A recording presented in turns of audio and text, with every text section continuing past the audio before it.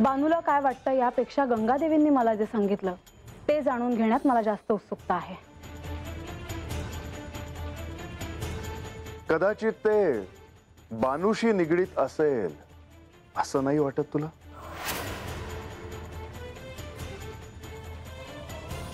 ते कदापि शक्य नाही, कारण तसं असतं तर मानस सरोवरात कैलास परिसरात त्याची जाणीव मला झाली असती।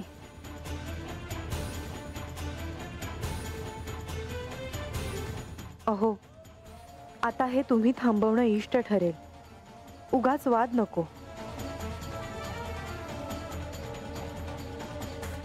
देवा, बाणाईला या साऱ्या गोष्टीमुळे भावूक व्हायला झालं, त्याचं कारण तिलाही ठाऊक नाही।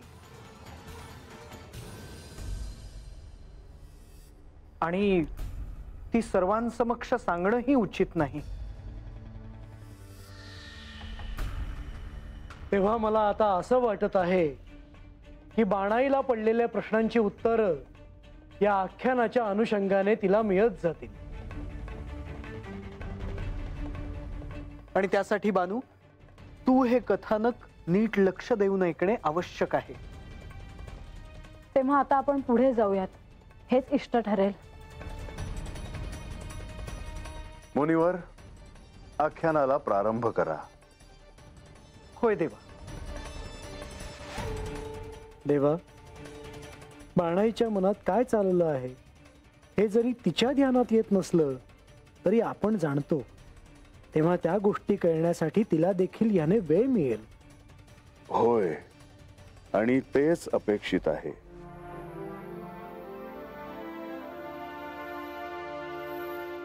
आता बरं वाटतंय या नव?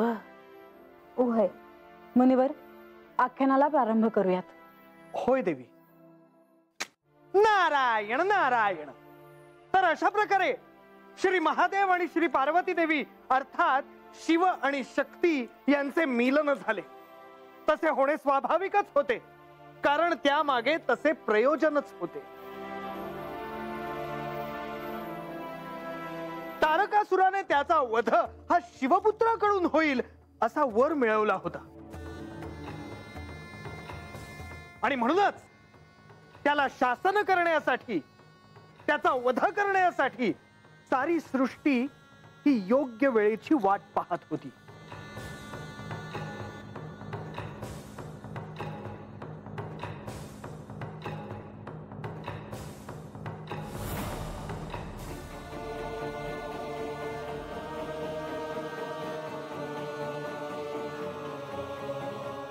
महादेव, श्री विष्णू, श्री ब्रह्मदेव। महादेव, आपल्या ध्यानात व्यत्यय तर आणला नाही ना? नाही, आपण त्रिमूर्ती आहोत। ह्या साऱ्या सृष्टीचे दायित्व आपल्यावर आहे, तेव्हा आपण जरी ध्यानात असलो तरीही या सृष्टीत काय घडत आहे ह्याकडे आपले लक्ष असतेच। आपलं म्हणणं अगदी योग्य आहे महादेव, आणि म्हणूनच आम्ही एक विशिष्ट प्रयोजन घेऊन आपली भेट घेण्यासाठी आलो आहोत। ब्रह्मदेव, बोलावे। महादेव, या साऱ्या सृष्टीला तारकासुराच्या अत्याचाराला सामोरं जावं लागत आहे, हे तर आपण जाणताच। होय, ह्या तारकासुराला वर मिळाला आहे की त्याचा मृत्यू हा शिवपुत्राकडून होईल, आणि देवी सती यांच्या मृत्यूनंतर जणू आपण अमरत्व प्राप्त केलं आहे अशी त्याची भावना झाली आहे। पण आता ती वेळ समीप आली आहे, ज्या क्षणी त्याचा मृत्यू निश्चित होईल। मला कळत आहे, माझा आणि पार्वतीचा विवाह झाला, शिवशक्तीचे मिलन झालं, त्यामागे काही प्रयोजन आहेत। तसेच त्यामागे एक कारण म्हणजे तारकासुराचा वध हे देखील। होय, आता त्या तारकासुराचा मृत्यू समीप आला आहे। त्याचा संहार करण्यासाठी शिवपुत्राचा जन्म होईल। त्याच्या पराक्रमाने सर्व देवी देवता त्याच्यावर प्रसन्न होतील। साऱ्या सृष्टीला अन्यायाच्या सावटापासून मुक्तता मिळेल.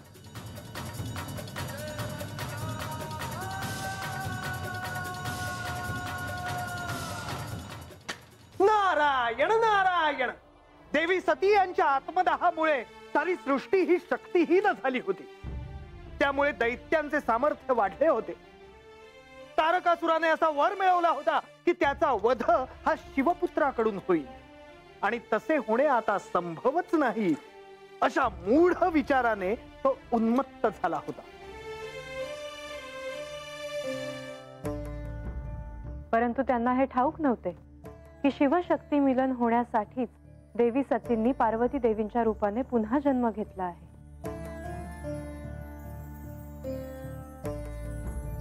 या सृष्टीला दैत्यांच्या अत्याचारापासून अन्यायापासून वाचवण्यासाठी हे मिलन झाले होते.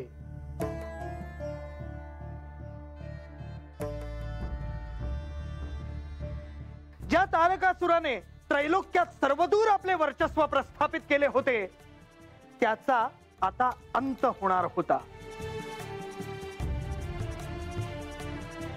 कारण श्री महादेव आणि श्री पार्वती देवी यांच्या पुत्राचा जन्म होणार होता.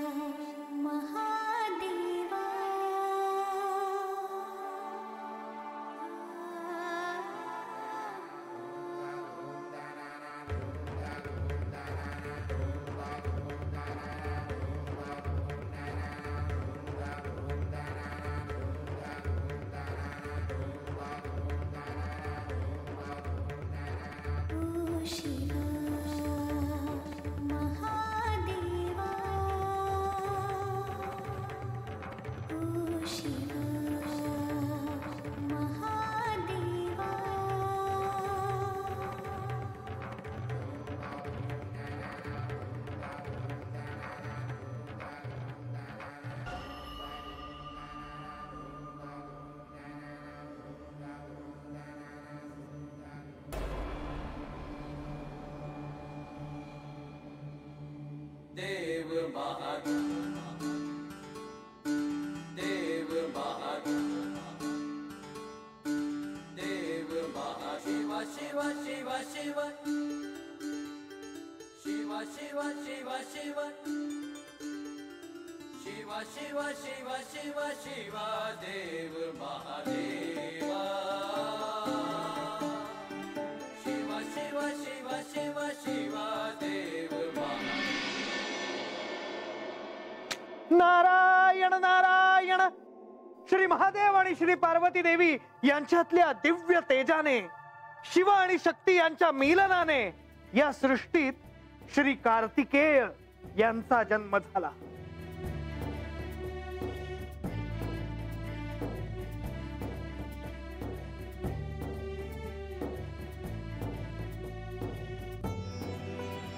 कार्तिकेय,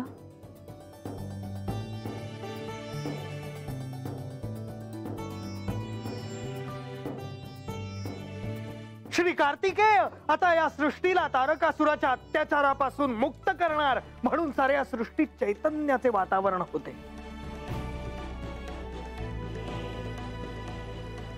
श्री कार्तिकेय देवांचे सेनापती.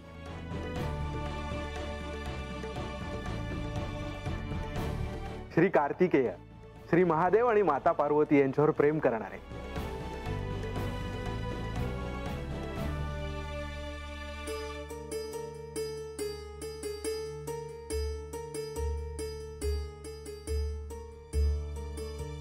म्हाळसा, तू अशी भावुक का झाली आहेस हे मला कळतंय.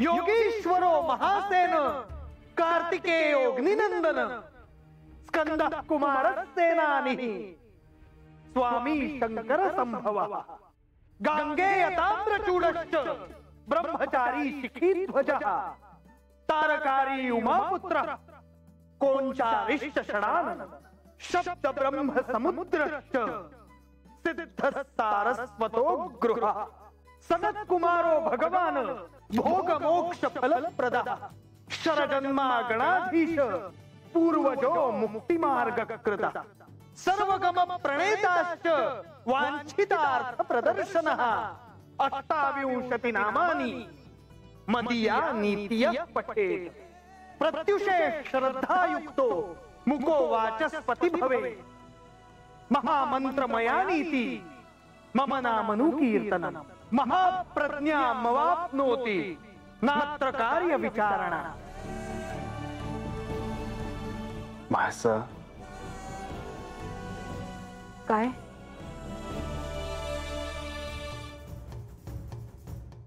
आता कशापायी थांबलं म्हणायचं महाराज? तोच सांगते बी. आता मला कस काय ठाव असणार आहे? गप राह की, कळेल की. माझं ताईसने काहीतरी होत या. अरे होय की. आता त्यासनी काय झालं म्हणायचं? कुणास ठाव. मुनिवर, माझ्यामुळे आख्यानात व्यत्यय आला का? तसं नाही देवी.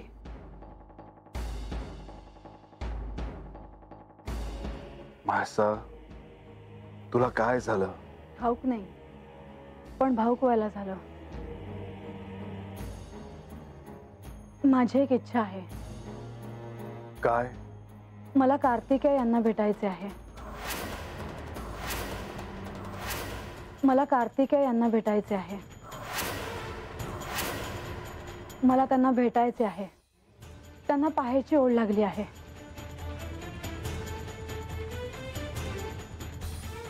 प्रभू, आता काय करावे? देवी, म्हणजे आज आख्यान इथेच थांबवावे का? का? काही क्षण त्यांची भेट होणं देखील अशक्य आहे का?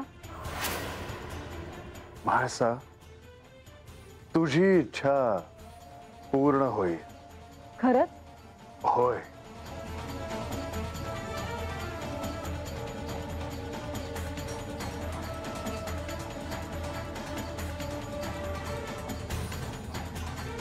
प्रभू, कुमार कार्तिकेयांच्या आगमनाने श्री म्हाळसा देवी भावुक होणार. काहीही घडू शकतं. हो, पण आता जे होईल त्याला आपण सामोरं जायला हवं. नारायण नारायण. कार्तिकेय, तू इथे यावंस अशी म्हाळसेची इच्छा आहे, आणि मी म्हणालो आहे की तिची इच्छा पूर्ण होईल.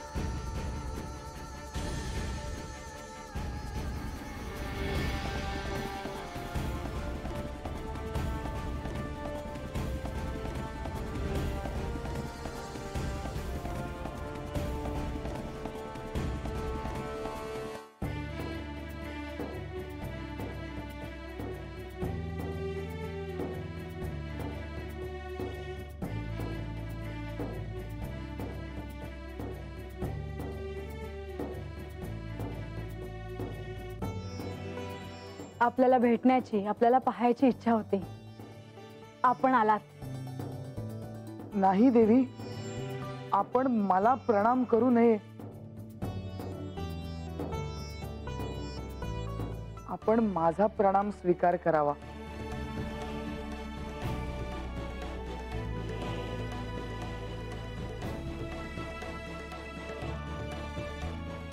कार्तिकेय, तुझ्या दर्शनाने सर्वांनाच आनंद झाला आहे. ह्या जेजुरी गडावर आणि ह्या साऱ्या परिसरावर तुझा कृपाशीर्वाद सदैव राहू दे. होय, मला देखील आपल्या दर्शनाने अतीव आनंद झाला आहे.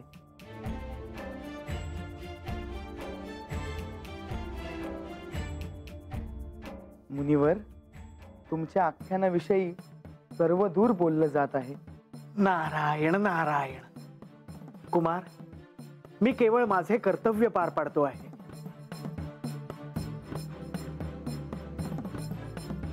आता मला निघायला हवं.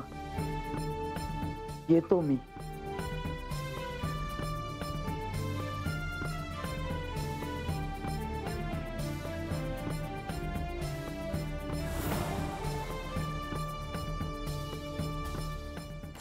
नारायण नारायण. या सृष्टीला दैत्यांच्या अत्याचारापासून वाचवण्यासाठी श्री कार्तिकेय यांचा जन्म झाला होता. अनेक वर्ष उलटून गेली. कालचक्र पुढे जाऊ लागले.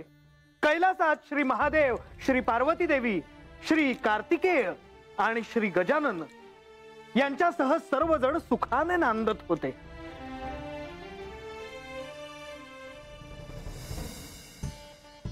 हे प्रभो, मला नेहमी असं वाटतं की माझं मातेला सहाय्य व्हावं, पण त्यांचा आदेश आहे की मी भोजनाला बसावं. नंदी, पार्वती आपले दायित्व पार पाडत आहे. सर्वांनी आनंदाने भोजन केले की त्याचा तिला अतीव आनंद होतो.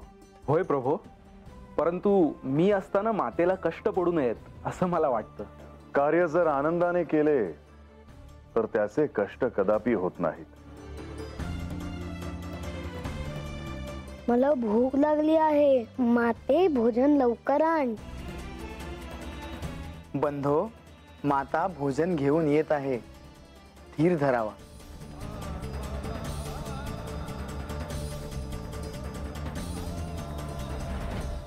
सगळ्यांनी भोजनासाठी स्थान ग्रहण केले, हे उत्तम.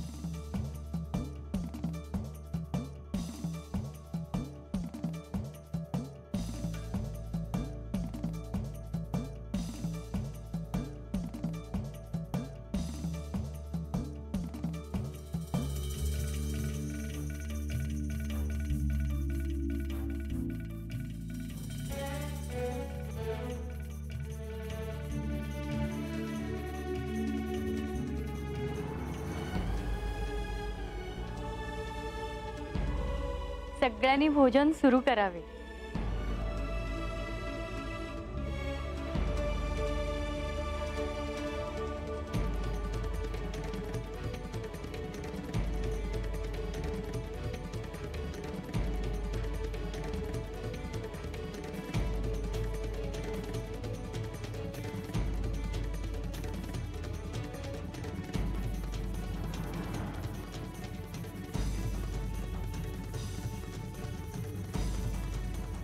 श्री गजाननाबद्दल देखील मी आधी ऐकले आहे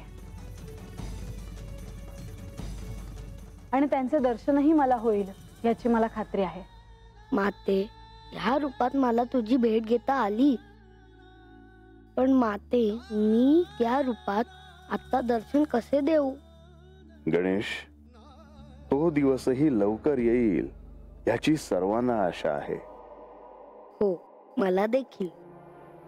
गणेश, काय झाले? तू असा अस्वस्थ का दिसतो आहेस? काही नाही माते, तुला श्री गणेशांचे दर्शन होणारच.